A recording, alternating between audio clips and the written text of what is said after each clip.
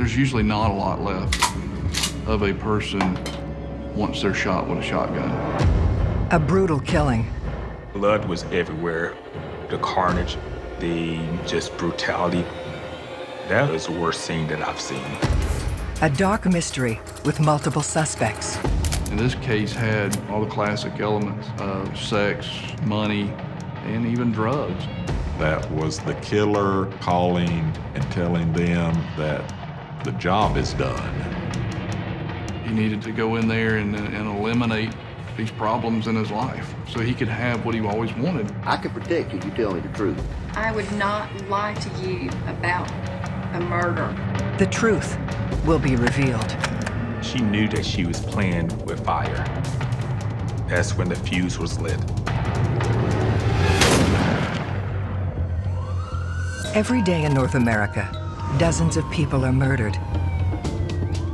The key to solving the toughest of these homicides lies in the final 24 hours of the victim's life. To crack the case, detectives must reconstruct that critical timeline. The minutes and hours containing evidence that can help unlock the mystery and catch the killer.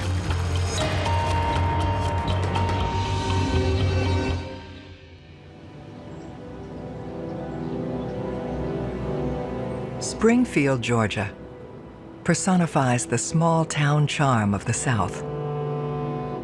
Springfield is the county seat of Effingham County.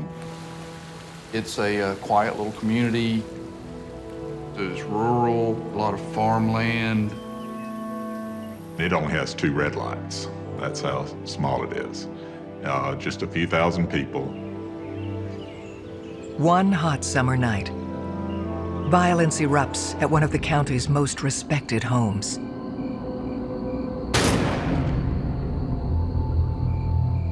In the early morning hours, Effingham dispatch received a call from a female. 911.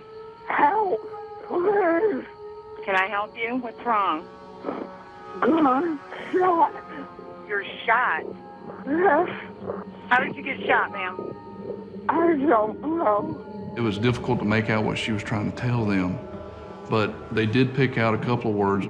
Husband shot too. Your husband shot too? Yes, Who else is in the house with you? son. Your son? Yes, Did he get shot too, or you don't know? I don't know. Do you know who shot you? No. Okay, just stay with me, honey. I got somebody coming to you. Just stay with me, okay?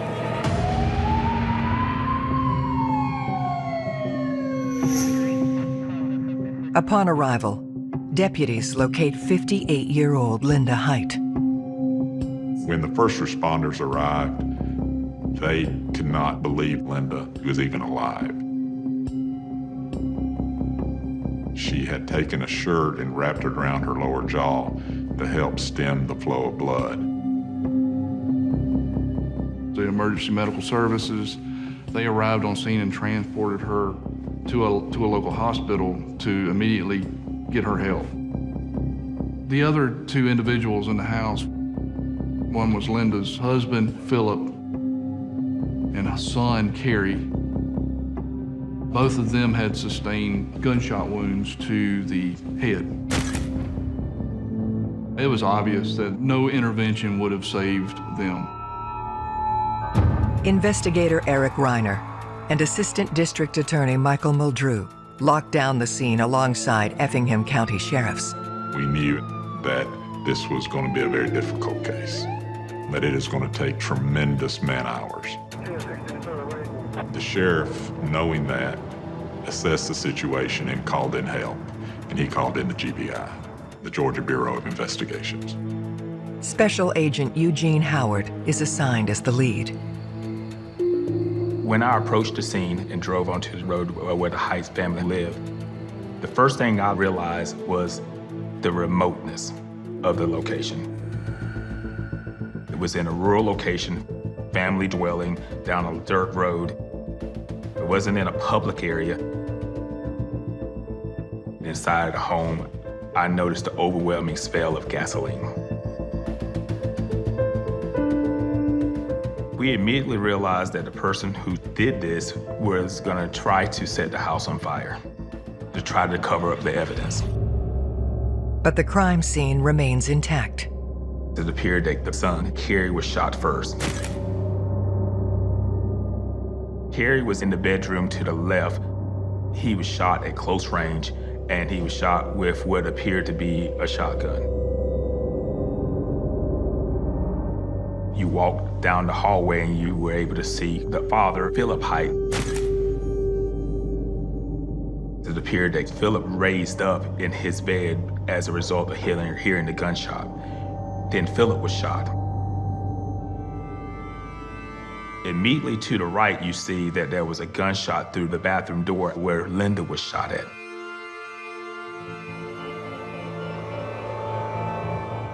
Shotguns are destructive. They're large barrels, and there's a lot of different metal pellets that come out.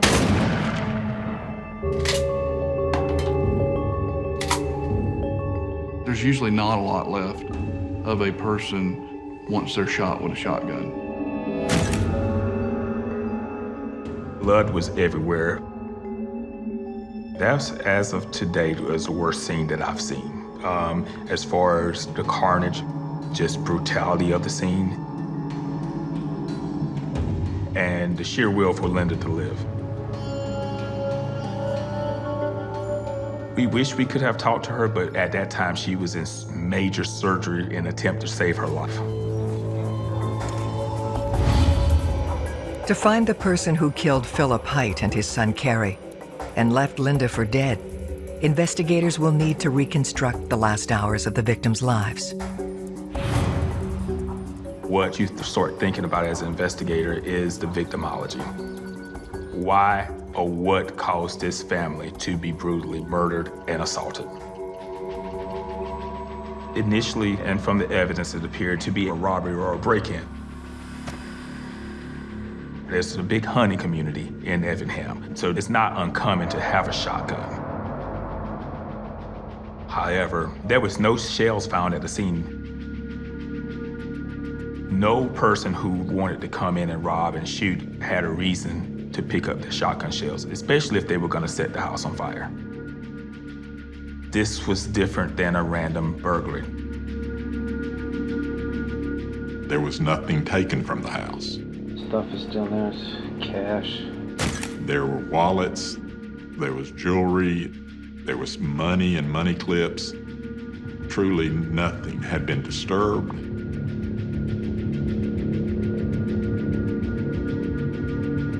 Indication from the scene was that the person went in with the sole intent of killing every soul in the residence.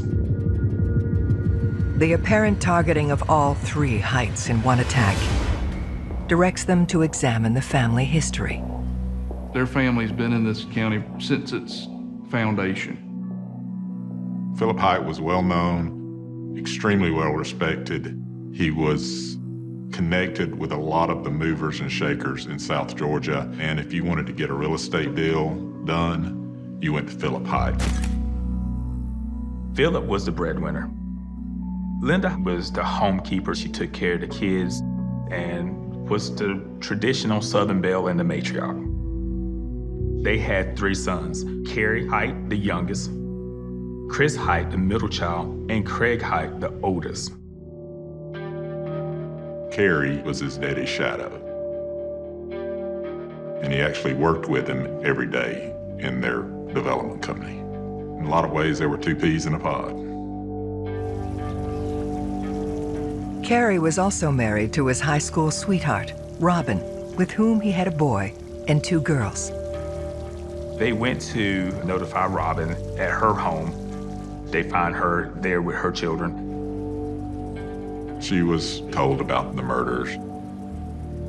She was distraught. Robin tells police Kerry went to his parents' house at approximately 4 p.m. the previous day and had called to say goodnight to the kids at 8:30. The Heidts held family higher than anything else. It was beyond devastating. There's a lot of emotion in all of this, but your job is to solve the murder. Very difficult questions have to be asked. That's your job. It's not like you like to do it. You have to do it. She stated that she didn't have any idea who could have done this. Then she asked, had anyone talked to her brother-in-law yet, referring to Craig. Police locate Philip and Linda's eldest son. Craig was actually living in a friend's hunting cabin, which was several miles away. When we arrived, Craig was upset, just dismay, grief. He gave a statement. He said he had been at the hunting cabin and that he had gone there earlier in the evening and he had been there all night and that he had not found out about the murders until he was called well on up in the morning. Investigators get their first real lead. We found out that Philip's business was in dire straits. He was struggling at that point. Due to the downturn in the economy, a lot of real estate deals were going bust. There were foreclosures left and right. Billions, if not trillions of dollars was lost in the 2008 financial crisis. Millionaires reduced to paupers.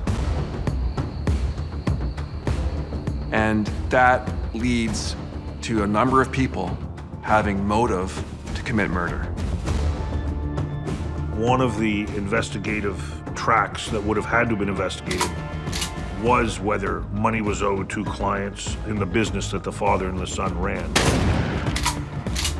They might appear successful from the outside, but as in many instances, looks can be deceiving.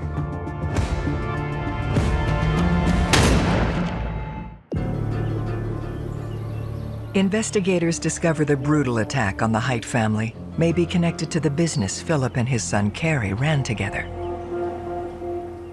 There had been some contentiousness between Philip and some of the other people that he worked with in development business and bankers. And we thought that somebody did this to get back at him somehow. You must investigate creditors or persons that were involved in the business.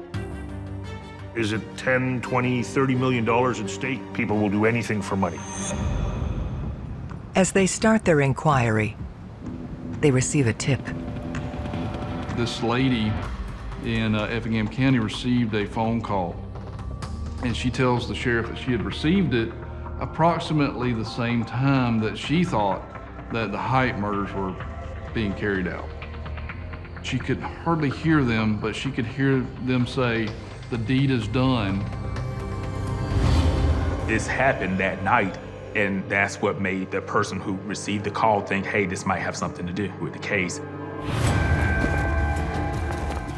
You cannot discount anything at that point. A lot of times, the leads that we get from the community actually result in some good information. So the first thing you do is you get phone records. We interviewed a lot of people that had conducted business with Philip. We searched his real estate business. We toted out boxes of records, searched through all those records. We could not come up with any credible information that would lead us to a motive for the crime. People argue, but it doesn't mean that they're going to kill you. Maybe he did have an exchange of words, but that was not a viable motive for murder. Philip would not have made any decisions that would have jeopardized himself or his family. He just wasn't one of those type people. He wasn't dealing with the mob. He wasn't borrowing money from loan sharks. He was a hard businessman, but he was a businessman. Police pore over phone records, finally locating their mystery caller. It was just a random telephone call in the middle of the night for someone that was doing some repair work at a restaurant. That person called and said, hey, the job is done, and they called the wrong number.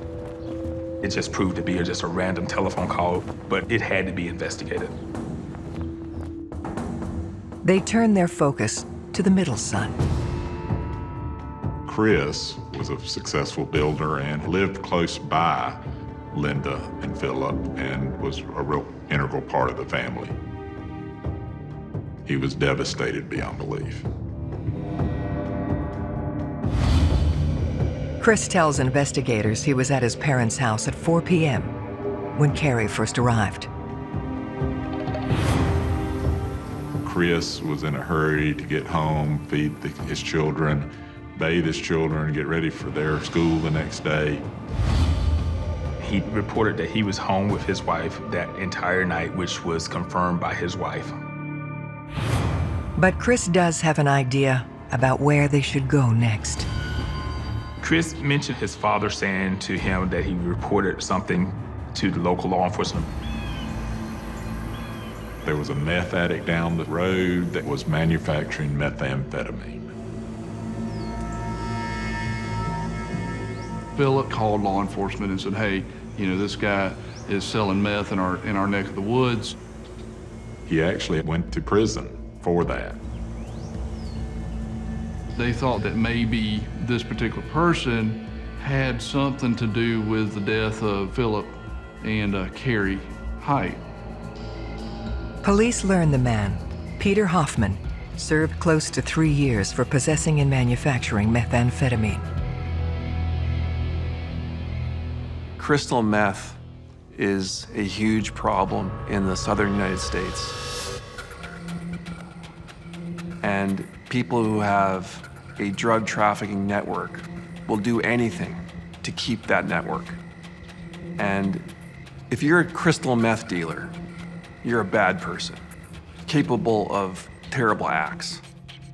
And if you go to jail because somebody ratted you out, and you sit in jail and you stew and stew, in this case, it's entirely plausible that the father had a target on his back. They determine Hoffman lives just over a mile from the Heidt home. You have to track this down. You can collect all this evidence, but until you confront that person, you don't really know how it fits together. You knock on the door, you talk to the guy, and you do an interview. Hoffman claims he was nowhere near the Heidt house that evening. We've all done this for many years, so we get a feeling on whether or not someone is being honest. You can tell if something's off. You speak with them and question them about the evidence that you've collected, and you look at the reaction, and it kind of helps you synthesize this evidence and see if it's actually something that you can use that points to the guilt or innocence of the person. And in that particular case, did not pan out. It was a very tantalizing rumor, but there was absolutely no evidence that this guy had any ill will towards the Heidts when he got out. Investigators turned back to the scene for more clues.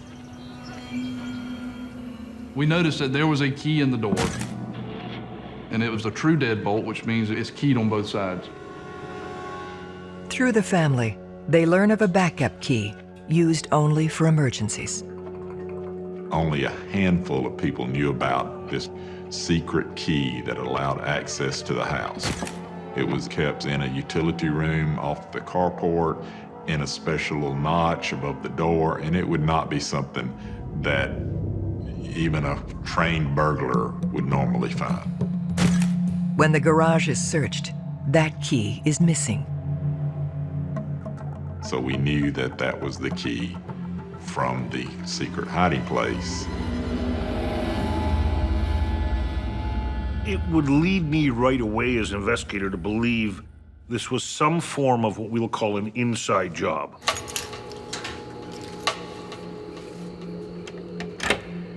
Since we had such a small number of people that knew about the key, it had to be somebody that was closely associated with this family and that actually had the intent to commit an execution.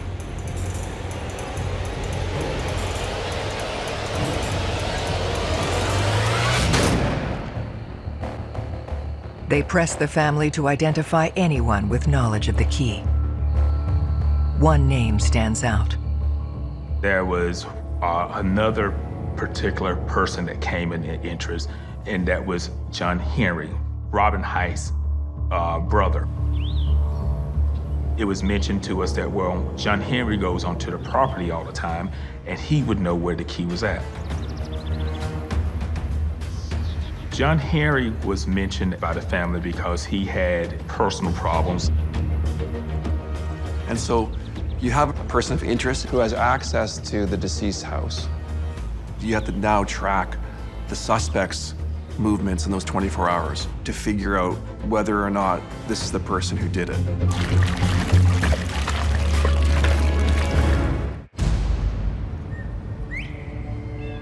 Police have identified family friend John Henry as a person of interest in the Heidt murders. We found out that he was a very, very close friend of Carrie Heidt. Carrie got him a lot of jobs. He was a handyman. This friendship makes Henry's potential motive for murder unclear. Most murders are committed between people who know each other, and it usually comes down to a factor involving the relationship itself. In these cases where that person either orchestrated or committed the murder, identifying motive, it's not so easy for the detective. You can't have that tunnel vision. You still have to step back and investigate the whole case. They track down John Henry at his home. He claimed that he was actually in Charleston, South Carolina for the 1-year anniversary of his marriage, and said they were staying at a nice hotel about 2.5 hours away from Springfield, Georgia. If he's got an alibi, then typically you tell the police right away you've got an alibi and you provide alibi evidence. We went to the hotel that he stayed at, picked up information from there, verifying that he was there. John Henry absolutely loved Carrie Heidt. After looking into his alibi, learning about his close relationship with Carrie Heidt, just wouldn't have been possible for him to have committed this act. He knew about the key, but he didn't do it. We find evidence and we follow the evidence, and wherever it leads us is where we go. You have a theory, theories change. Eliminating suspects can often be more important than identifying suspects. The end goal, of course, being that there's one name left. As you eliminate leads, you're narrowing focus, you're really putting everything into it because you got to run it out. You know, you've got to make sure because it's a person's life. Of course, when something like this happens, it's like a thunderclap. People start looking and are paranoid. They don't know. They think they may be next, you know. Especially in this area of Effingham County, because it still has that small town vibe. When we're dealing with small town murders, people love to talk. It's not the same as a big city where no one talks. It's the exact opposite. Rumors were spreading that Robin had been having an affair. Infidelity in and of itself is relatively common as we can base on the amount of divorces and separations that go on. When an investigator learns that the partner of the deceased had been cheating, that creates a different mindset for the investigator. Infidelity is often part of the motive of someone's death, and it has to be investigated.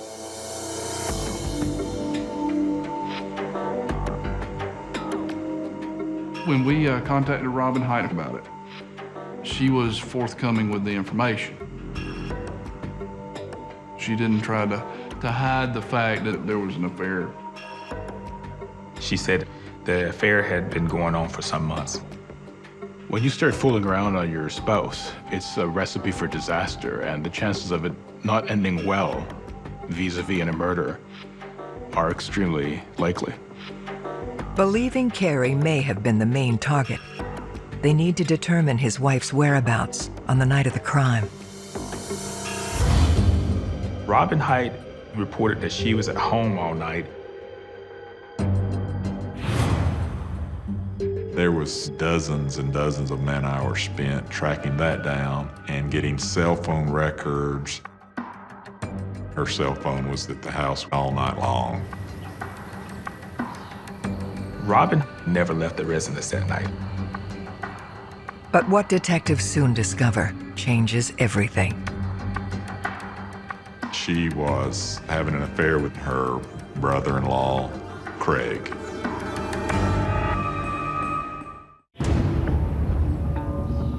Allegations of an illicit affair cast suspicion on Philip and Linda's oldest son, Craig. We asked Craig about his relationship with Robin Heidt, and he's completely denied any sexual relationship with his sister-in-law. But we knew he was lying about the affair. That was a very crucial moment in the investigation. He's brought in for further questioning. We did a hard-hitting interview. He lied about the affair even more. So we scheduled him for a polygraph. He started to change his statements. He told us that he did have an affair. If someone is caught in a lie by police, they will often change their story afterwards. They will often backpedal. It shines the light on them because they didn't tell the truth in the first place. Craig's lie opens the door to a shocking suggestion that even for investigators is hard to stomach. People didn't think there was any way he could shoot his mom. Knowing the community, knowing the status of this family, we knew that we were going to have to leave no stone unturned and no questions unanswered.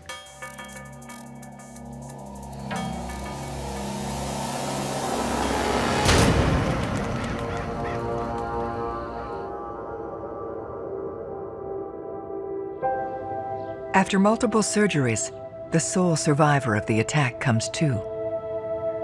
The doctors at the hospital could not believe Linda was alive, and everybody just agrees that it's a miracle that she made it. Linda is pressed for details about her attacker, but the impact of her trauma proves too great. She did not know who the person was. They were allowing other family to come in. Chris, her middle son, came in to see her first, and they had a very sweet reunion. As soon as he left, Craig came in. And everyone noticed that the heart monitor started racing. Blood pressure, heart rate, everything skyrocketed. He was just there a couple of minutes and he left. And then her heart went back to normal.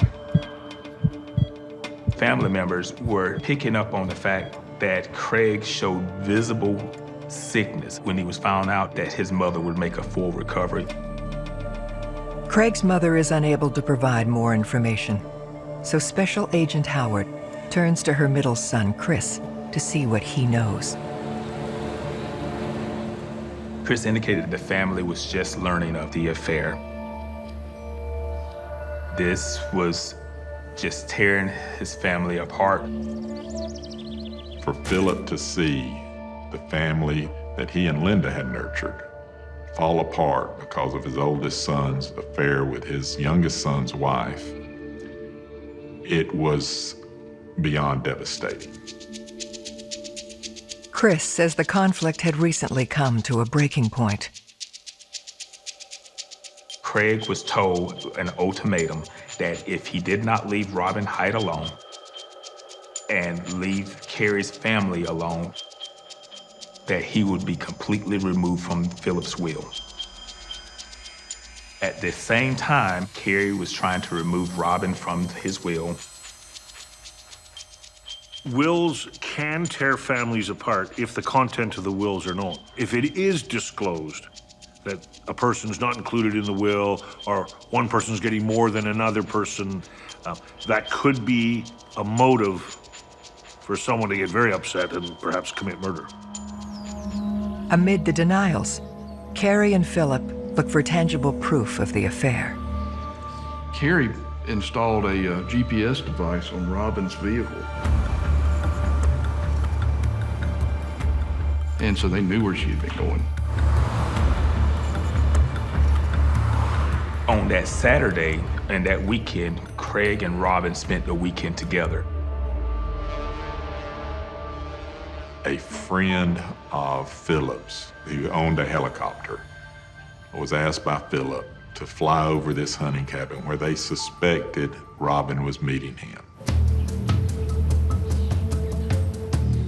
He flew over, took some photographs of them. Craig came to the immediate conclusion that that was his daddy sending somebody to spy on him.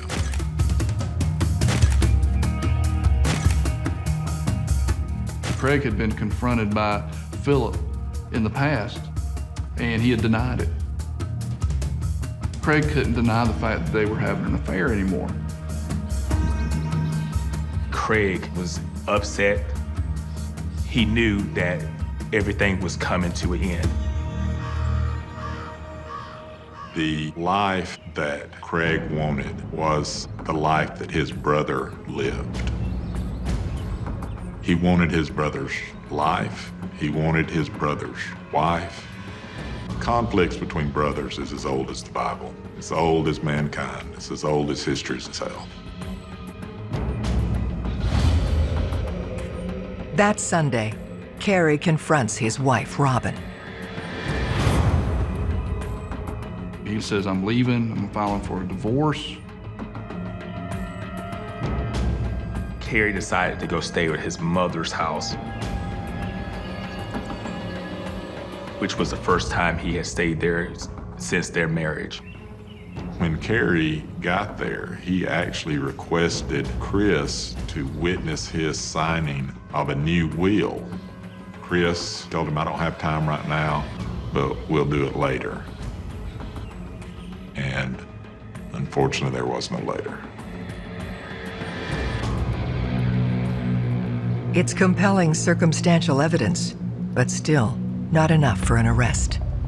The picture of the killer was coming into focus.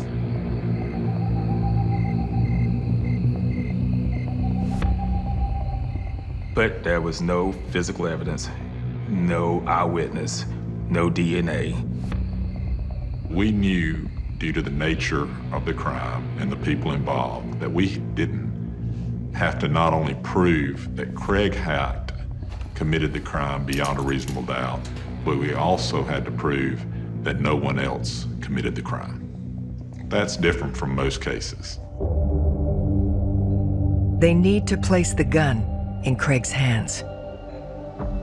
We determined the shotgun type that he used and the shell that he used would cause a mark, would leave a really big bruise. So they asked Craig, would you mind removing your shirt? And he said that he had an accident getting out of a bathtub the other day, and he got some bruises. He was giving an explanation to a question that nobody was asking. When he pulled the shirt off, there were 2 bruises on this shoulder and 1 bruise on this shoulder. They were consistent with a shotgun being held. It was the moment that I knew without a doubt that Craig Heidt was the shooter. Investigators believe Craig Heidt had the means and the motive. to commit the brutal assault on his family. They now need to solidify the case. One of the most common misconceptions about murder investigations, for sure, is the need to arrest the killer right away. That's not the case. It's the exact opposite. You're trained to make sure before you lay a charge, you have a reasonable grounds of convicting the person you're charging. You gotta have that evidence first. We wanted to make sure there were no loose ends when we made that arrest. We knew that we were only going to have one good shot. For Craig Heidt to have the opportunity to commit this crime, several pieces need to fall into place.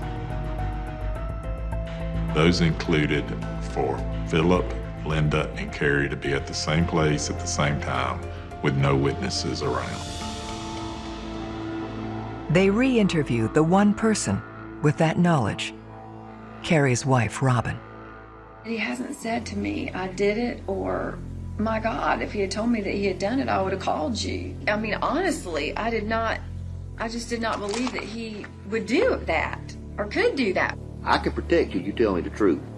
You bullshit me, I'm not gonna be able to protect you, but I'm gonna tell you something. If he did do this, and he thinks you told us something, do not think for 1 second that he will not walk up in your house and shoot you in the face just like he did them. If I knew something, I would have told you that day that you first questioned me. I would not lie to you about a murder.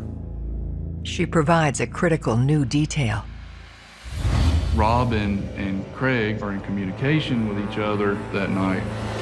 And Robin says, you know, Carrie left me.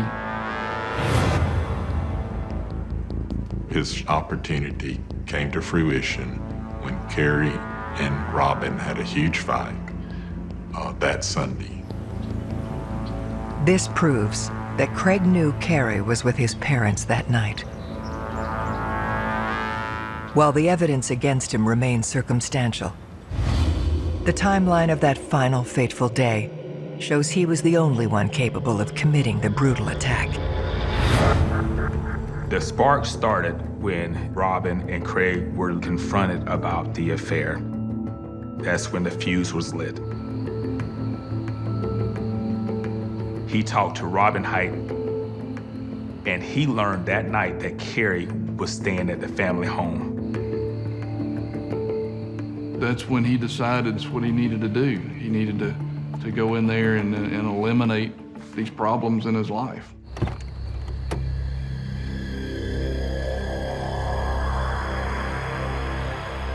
He got his shotgun. He goes over to the home.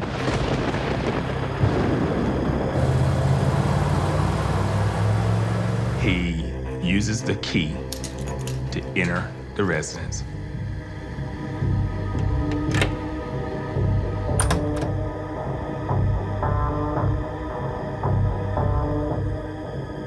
He goes in and he shoots Carrie, point blank, and rushes in to shoot Philip, who's awakened by the sound of the shotgun.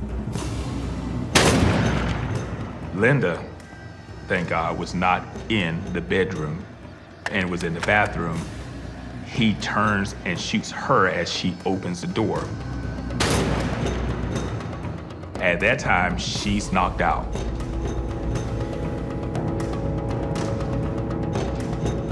He picks up the shotgun shells. He goes out, he gets the gas.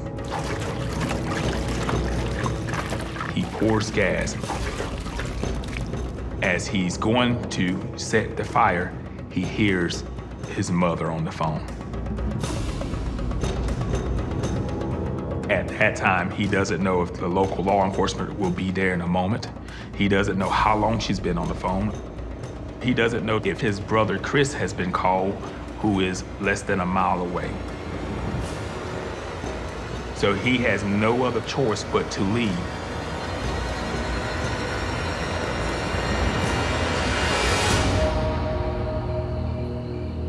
Police are now certain of his guilt, but as they prepare to make the arrest, they make a disturbing discovery. Craig had actually moved into the home of Carrie Heidt and Robin Heidt, and began to take over a father figure role. Craig was taking over his brother's life. He was raising his kids, driving his truck, sleeping with his wife. It just was appalling. We received the telephone call that at the end of the school year that Craig and Robin were moving to South Carolina. On May 22, 2009, 9 months after the murders, Craig Heidt is arrested. I truly believe that Craig is a sociopath. That's the only way somebody could commit the crimes that he committed. When she is informed, Robin has a surprising response. Initially, Robin didn't believe that he was involved. I'm telling you, he is the one. You've seen the warrants that killed your husband, his father, and shot his mother. He just kept saying, I did not do this. I swear to you, I did not do this. And I just believed him. He really had a lot of control over Robin. But after his arrest and he no longer had control, she became more forthright into their relationship and what all had happened.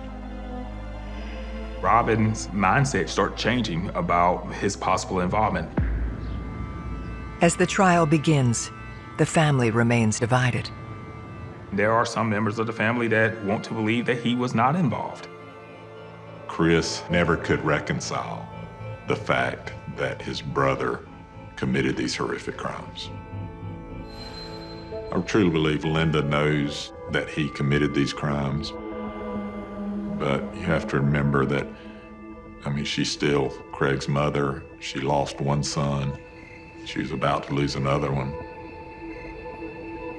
No mother would ever want to admit that she raised a son that's capable of doing what Craig did.